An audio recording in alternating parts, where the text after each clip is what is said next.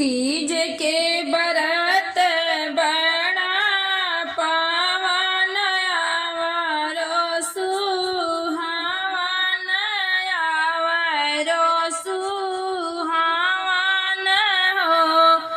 आमे सब सखिराई बरतिया तो शिव के नाई गौरा जी के पूजाई गौरा जी के पूजाई हो।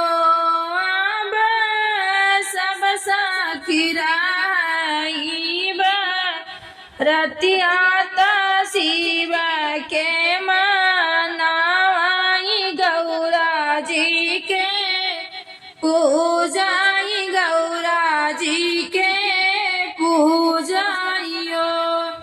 हाथवा में लिहली डलरिया त फूल बेल पतिया त फूल बेल पतिया नु सखिया तोड़नी धतूर भांग गाछिया त शिव के पूजावाई हो। सखिया तोड़नी धतूराई भांग गाछिया त शिव के पूजावाई हो।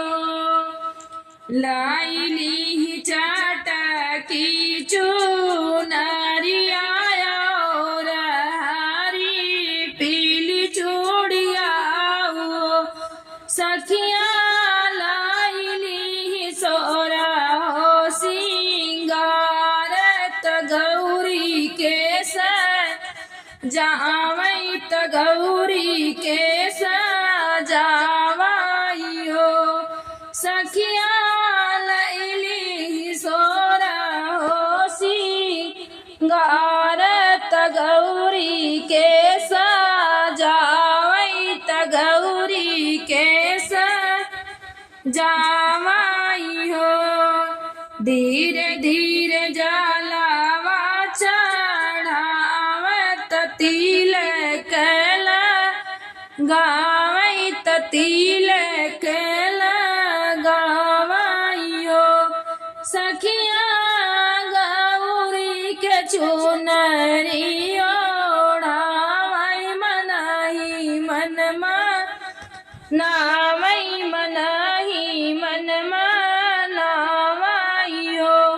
सखिया गौरी के चुनरी ओढ़ावई मनाही मनमा नावई मनाही मनमा नावई हो।